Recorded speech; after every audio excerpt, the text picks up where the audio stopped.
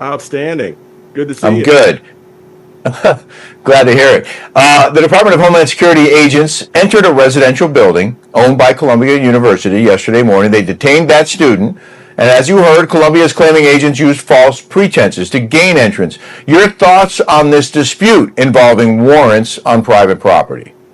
Well, as I remember correctly, that lady had her visa had expired in 2016 under the Obama administration. She was over here illegally. That makes her a lawbreaker, and laws need to be followed. The issue of the day is that whatever means we need to use to get her back to her legal status back in her country, we need to do that. So I don't know what the issue is, but I know that I trust the ICE agents and the Customs and Border Patrol agents who keep us safe. And by the way, New York is a sanctuary city, and there's a lot of people like that may not necessarily be as nice as this woman is. So I say, whatever is necessary to send her back home, let's get her done. Yeah, and Columbia University could be considered hostile ground based on recent history. But after the deaths of those two anti-ICE activists in Minneapolis, Renee Good and Alex Petrie, there are those who might argue ICE agents need to be extra careful, knowing all eyes are on them. Would you agree with that? I would agree also, but there's also the media that want to turn this into some kind of unnecessary brouhaha. Not necessary at all. The issue of the day is there are millions of Americans who live in New York, and they deserve to be kept safe. And this woman could be a terrorist for all we know. We have to make sure that our country is kept safe from people who are illegally here. And that's the bottom line. I don't think that the ICE agents, the Customs and Border Patrol agents are doing anything wrong. And if New York's police department was cooperating with them properly, I think things would be a lot easier for everyone.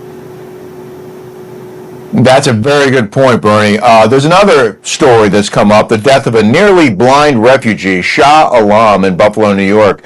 Border Patrol agents apparently dropped him off at a coffee shop near his last known address after he was released from the Erie County Jail, and his body was found 5 days later, about 4 miles from that coffee shop. Neither his family nor their attorney say that they were notified by federal authorities after he was dropped off. So what can we learn from this to prevent similar situations in the future?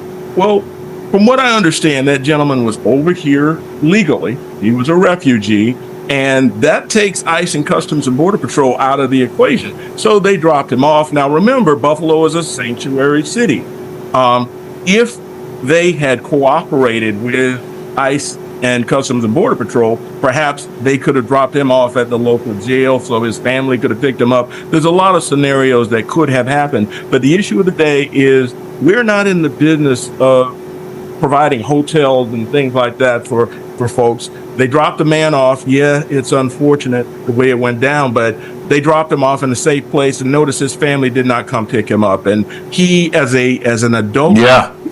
there was also a translator, a mechanical translator, but he knew what he was doing, and it's unfortunate. But when you got an operation this big, when you're trying to get millions of people out of the United States, things are going to happen. I say, let's rely on local law enforcement. Stop this sanctuary city thing and let them cooperate with the federal government. We'll have a lot less loss of life.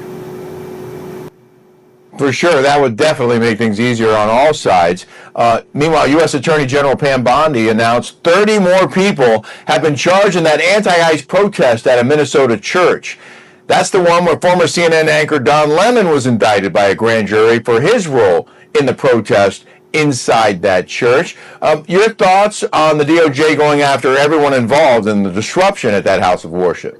One of the core pillars of the United States is the ability to worship freely in the religion of your choice. Those people, Don Lemon specifically, tried to use his status as a supposed journalist to basically deprive these people of the right to worship. He should be ashamed of himself. So I'm happy to see those people prosecuted. I'm happy to see them going to jail. I'm happy to see examples being set. So 3 cheers for Pam Bondi, 3 cheers for DOJ. Let's get her done.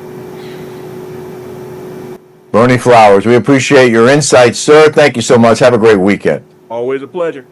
After the break, we'll take a look at how the lunatics on the left